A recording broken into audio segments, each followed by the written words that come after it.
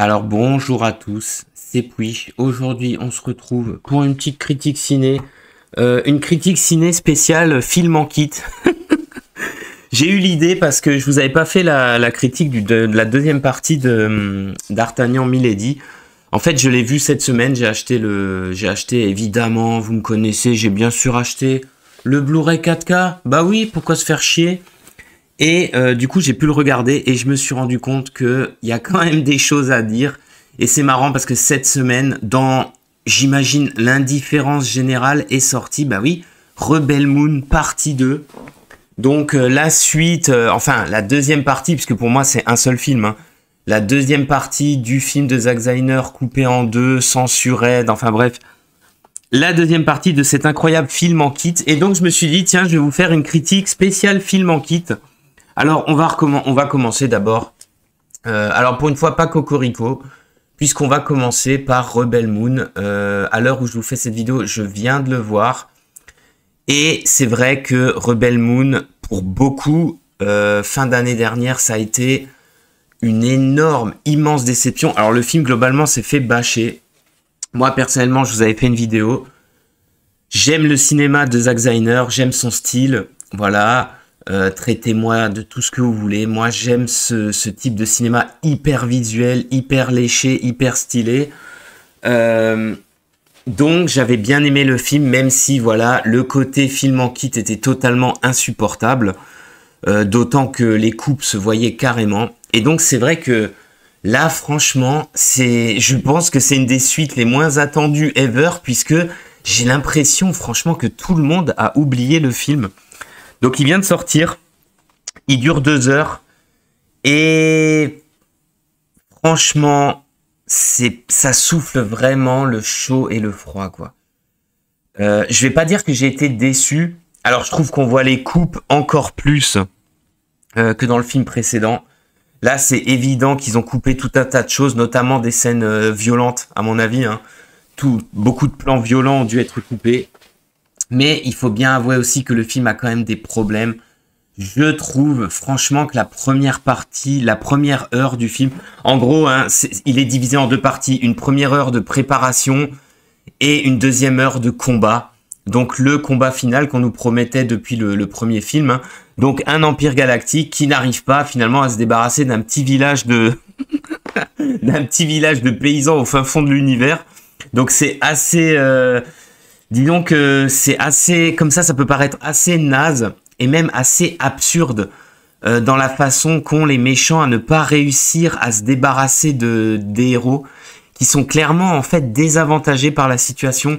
Le film essaye tant bien que mal de nous faire croire que c'est possible, mais c'est vrai que moi je trouve que c'est un des petits défauts du film, c'est que je trouve, et déjà dans le premier, hein, je trouve que, ouais, franchement, on y croit. Alors excusez-moi parce que... Je fais n'importe quoi en même temps. Je trouve que ça, on a un petit peu du mal à y croire. Après, au niveau tactique, les méchants sont complètement à la rue. On a 2-3 trucs qui nous font penser que voilà, ils peuvent pas directement atomiser le village, même si sur la fin de Rage, ça c'est génial, de Rage, Ed Shrine qui est de retour hein, dans son rôle de Atticus. Oui, car il était mort dans le film précédent, mais vous vous souvenez, il a été ressuscité, donc ça c'est assez excellent. Je trouve que lui, c'est un des atouts du film. Hein. C'est vraiment un méchant qui a un côté jouissif comme ça, qui a un côté, alors il cabotine comme un malade, mais il est vraiment bien. D'ailleurs, je trouve que dans le deuxième film, on le voit pas assez hein, finalement. Et ben on a notre groupe des 7 mercenaires là qui sont là. Qui vont combattre, qui vont armer les villageois, et puis on va avoir droit, voilà, à une guerre totale, à une bataille, ben ouais, il faut le dire, une bataille qui est vraiment très impressionnante. C'est là où on voit toute la qualité, toute la capacité de Zack Snyder à nous, je suis désolé, à créer des scènes d'action qui sont carrément stylées. Alors bien sûr, oui, j'entends déjà les esprits chagrins nous dire oui, il y a des ralentis, oui, c'est hyper con, oui, gna gna gna, oui, bon bah écoutez, si vous n'avez pas aimé la première partie, vous aimerez pas cette partie, c'est une évidence. Après, moi, je trouve que à peine le film sorti, quelques jours avant, Zack Snyder lui-même nous annonçait déjà La version longue, enfin version longue, la version on va dire non censurée pour août. Alors les versions, je ne sais pas. Quant à attendre une ultime version du film en un seul montage avec toutes les scènes manquantes, bon là, les mecs ont réussi. On commence à réussir à faire avec le cinéma ce qu'ils nous font avec les jeux vidéo, c'est-à-dire des jeux en kit, donc des films en kit. Il est censuré, après il est plus censuré, mais il est quand même coupé en deux. Après on le remet finalement une partie avec d'autres scènes qui manquent. Enfin, voilà quoi, c'est parfaitement ridicule, c'est insupportable. Le film a tout de même des défauts. Je trouve que la première heure a beaucoup de mal à passer. Et il y a notamment une scène qui est particulièrement ridicule où nos héros font un espèce de serment autour de la table. Comme ça, ils vont raconter chacun une partie de leur passé qu'on avait deviné, hein, de toute façon. Vu dans l'autre film, puisque l'autre film, c'était un genre de tour du monde, j'allais dire, c'est pas un tour du monde, un tour de l'espace, on va dire, sur différentes planètes pour recruter des êtres exceptionnels. Là, on va refaire un tour. Alors, ce qui est agréable, c'est que les flashbacks, voilà, façon Zack Snyder, hein, c'est vraiment une narration c'est vraiment visuel, quoi. Donc ça fait grave plaisir, notamment le flashback avec l'esclave. Alors lui, c'est vraiment excellent parce que on voit qu'il était d'une famille royale, comme on nous avait dit. Hein. On voit voilà l'armée de l'empereur s'attaquer à une armée de griffons géants comme ça. C'est vraiment cool. Pareil, le personnage de la coréenne là. Merde, j'ai oublié le nom, mais son personnage à elle, pareil, elle a un flashback qui est carrément stylé où on voit l'origine de ses gantelets, hein, ses mains robotiques là et de ses sabres, carrément stylé. Donc voilà, mais globalement c'est assez nanar. Et alors le pire, c'est le flashback de notre héroïne, de Korra, qui nous explique. Donc en fait, on va revoir finalement l'assassinat de l'empereur et de sa famille. Et là, franchement, la scène, elle est assez ridicule. D'ailleurs, c'est une des premières scènes de flashback qu'on verra au début du film. La scène, elle est assez ridicule, notamment avec l'espèce d'orchestre qui joue de la musique, qu'on entend du coup là. Alors, les costumes restent splendides. Moi, je suis admiratif du travail sur les designs, les costumes. Je trouve que c'est ultra chiadé, ultra stylé. Mais la scène en elle-même, elle est complètement ridicule. Très nanar. Le Basilarius, là, il est complètement ridicule, ce méchant. Donc ça c'est naze, ça jette un petit froid. Après, voilà, on a les séquences d'entraînement. Alors, c'est très classique. On s'entraîne, on crée des pièges. Un peu à la Rambo, classique du film de guerre, film de guérilla. Et puis, l'arrivée de l'Empire, donc avec le vaisseau de guerre qui revient à la charge. Et voilà, on a droit à une scène d'assaut et de siège vraiment ultra efficace avec des coups de bazooka, des vaisseaux qui explosent de partout. Korra qui va s'infiltrer dans le vaisseau amiral pour le détruire. Bon, alors ça c'est très très Star Wars. De toute façon, les références à Star Wars sont constantes depuis le premier film. Un espèce de mélange. En fait, c'est un Star Wars en mode ultra vénère, mélangé un peu avec Warhammer. Ça mélange énormément de choses. On aura aussi notre robot qui était tellement charismatique qu'on avait vu à la fin de la première partie. Finalement, il aura très très peu de scènes. Alors c'est bien dommage. Parce que le robot, moi je trouve, il est vraiment cool. En plus, il a une problématique d'IA comme ça qui me parle, qui me plaît beaucoup. Bon, il sera au centre d'une magnifique scène d'action. Mais c'est dommage, on le verra pas beaucoup. Mais par contre, j'ai adoré tous les véhicules, les espèces de tanks comme ça qui tirent, la baraque qui explose, les ralentis, le vaisseau amiral qui part en couille. Franchement, au niveau de l'action, c'est ultra prenant. Le duel final qui est carrément mortel. Le duel final en train de glisser comme ça dans un vaisseau qui se casse la gueule. Bah franchement, c'est ultra cool. Le méchant qui va se prendre une sévère branlée, une sévère déculottée. Écoutez, au niveau du spectacle, ça assure. Nul doute qu'en version complète, le film va être beaucoup, beaucoup, beaucoup mieux. Après, bon, il se fait étrier, voilà. Je pense qu'il y a des rageux, voilà, tout simplement des rageux, des gens qui aiment bien bouder leur plaisir, qui n'aiment pas profiter, voilà, d'un spectacle. Je trouve que les effets spéciaux, autant dans la première partie, des fois, ça soufflait un peu le chaud et le froid. Autant là, je trouve ils sont vraiment très très bons. Ils sont vraiment stylés. Alors il y a du fond vert de partout, d'accord, mais c'est quand même bien stylé. Il y a beaucoup de décors. Écoutez, bon, arrêtez de râler, fermez un peu vos grandes gueules. Moi, franchement, j'ai aimé. Même si, bon, il y a des défauts dans la narration. Il y a aussi un manque... il y a clairement un manque, même si les acteurs sont à fond, il y a clairement un manque d'émotion. C'est vrai que, et même si Sofia Boutella fait le maximum, hein, physiquement elle est au top, dans le film c'est clair, mais au niveau de l'émotion, ça passe pas tellement. Ça passera plutôt par des personnages secondaires, moi je trouve. Par le soldat, voilà, qui a renié l'Empire, la jeune fille, même si c'est des toutes petites scènes, hein, et c'est très naïf, on va pas se leurrer. Ça passera par notamment le robot, en fait, je trouve. Mais sinon, c'est vrai que Cora, son histoire d'amour, c'est assez superficiel, finalement. On n'y croit pas tellement.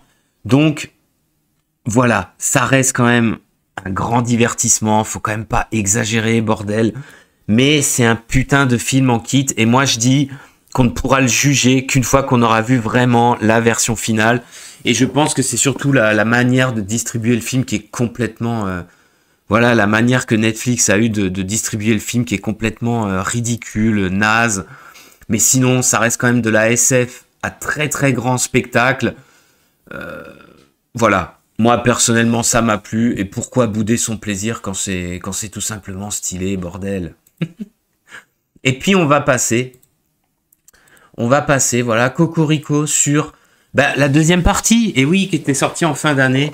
Des Trois Mousquetaires, Milady. Donc, deuxième partie de ce diptyque, hein, a priori. Alors, diptyque a priori, puisque au final, et ça, c'est vraiment la chose qui m'a insupporté totalement à la vision du film, c'est que, alors, alerte spoiler, excusez-moi, mais ce n'est pas la fin de l'histoire. Voilà. Et le film, sans spoiler quoi que ce soit d'autre, se termine sur un putain de cliffhanger. Alors ça, vous voyez, c'est insupportable parce que à aucun moment de la promotion du film, ils n'avaient parlé de ça. Ok, ils avaient dit le film sera en 2 parties. Donc c'est vrai que la fin du 1 était aussi très abrupte. Ça m'avait quand même bien embêté. Et ben le 2, c'est encore pire. Alors j'espère qu'ils feront le 3e épisode, bordel. J'espère qu'on pourra voir la fin, quoi. Parce que, bon, écoutez, pour cette deuxième partie, finalement, on retrouve les mêmes qualités, je trouve, et les mêmes défauts. Pareil, le film s'est fait déboîter. Ah, écoutez, franchement, moi je trouve quand le cinéma français tente des trucs un peu mieux que d'habitude, autant y aller, quoi. Il y a vraiment des scènes qui sont vraiment sympathiques dans ce film. Les acteurs, franchement, les acteurs principaux, la vedette, hein, clairement, c'est Eva Green, hein, pour moi, elle est vraiment excellente. Et François Civil, franchement, ils sont à fond, ils se donnent à fond dans le film. Alors Vincent Cassel, on le verra un petit peu plus. Bon, il est éclataxe, mais ça reste Vincent Cassel. Moi, c'est un acteur que j'aime bien, même si là, clairement, clairement, il est éclaté. Des fois, on a du mal à comprendre ce qu'il raconte. Voilà, c'est un film sympathique. Il y a beaucoup d'action. Qu'est-ce que je raconte? Il n'y a pas tant d'action que ça, mais les scènes d'action sont spectaculaires. Alors, on quitte un peu le plan séquence à tout prix. Il y a des scènes qui sont un peu plus cut, mais globalement, on retiendra surtout une intrigue, alors qui se complexifie un petit peu, hein, ça c'est vrai. L'intrigue se complexifie un petit peu, il faut suivre, faut pas s'endormir. Après, c'est aussi c'est un moment de l'histoire de France qui est très complexe, hein, pleine de complots et ainsi de suite. Mais franchement, le film il est vraiment cool. Eva Green, François Civil, ils assurent le spectacle. Les scènes d'action, alors c'est toujours aussi mal filmé à la Shaky Cam. Ça c'est vraiment, il y a un problème de lisibilité. Mais malgré tout, on aura quand même des belles scènes. On a énormément de beaux châteaux, de beaux décors naturels. Franchement, ça, c'est quelque chose qui fait vraiment plaisir. On a l'assaut comme ça du château de La Rochelle avec la flotte anglaise qui est mise en déroute dans une grande et belle scène d'infiltration et d'action. Franchement, qui mettent à l'honneur les mousquetaires. Moi, ça m'a beaucoup plu. On a évidemment le duel final comme ça dans une grange en feu entre Eva Green et notre héros, qui est vraiment ultra cool. Après, moi, j'ai beaucoup aimé le personnage d'Eva Green, qui est un espèce de némésis increvable, comme ça. L'espèce de femme fatale, agent double, agent triple, qui s'en sort toujours. Franchement, j'ai adoré. Même si, oui, le film a des défauts, bah, notamment la réalisation. Voilà, je suis désolé. Même si elle s'est améliorée un petit peu, le film est beaucoup moins sombre. D'ailleurs, on sent qu'ils ont revu la colorimétrie. Hein. Le film est beaucoup moins sombre que le premier. Voilà, ça reste quand même du bon cinéma français correct. Il y a zéro progrès. Il y a des trucs vraiment bien, des scènes vraiment bien filmées. Bon, franchement, pareil. Pourquoi bouder son plaisir alors que pour une fois, on peut voir autre chose qu'une espèce d'énorme comédie de merde avec Didier Bourdon au hasard ou Franck Dubosc, voilà, une espèce de grosse merde payée par nos impôts pour nous expliquer qu'il faut faire venir tous les migrants de la terre en France. Écoutez, voilà, finalement, un peu le même constat, deux films qui se font massacrer et qui, quand on les regarde, franchement, sont des divertissements plutôt honnêtes.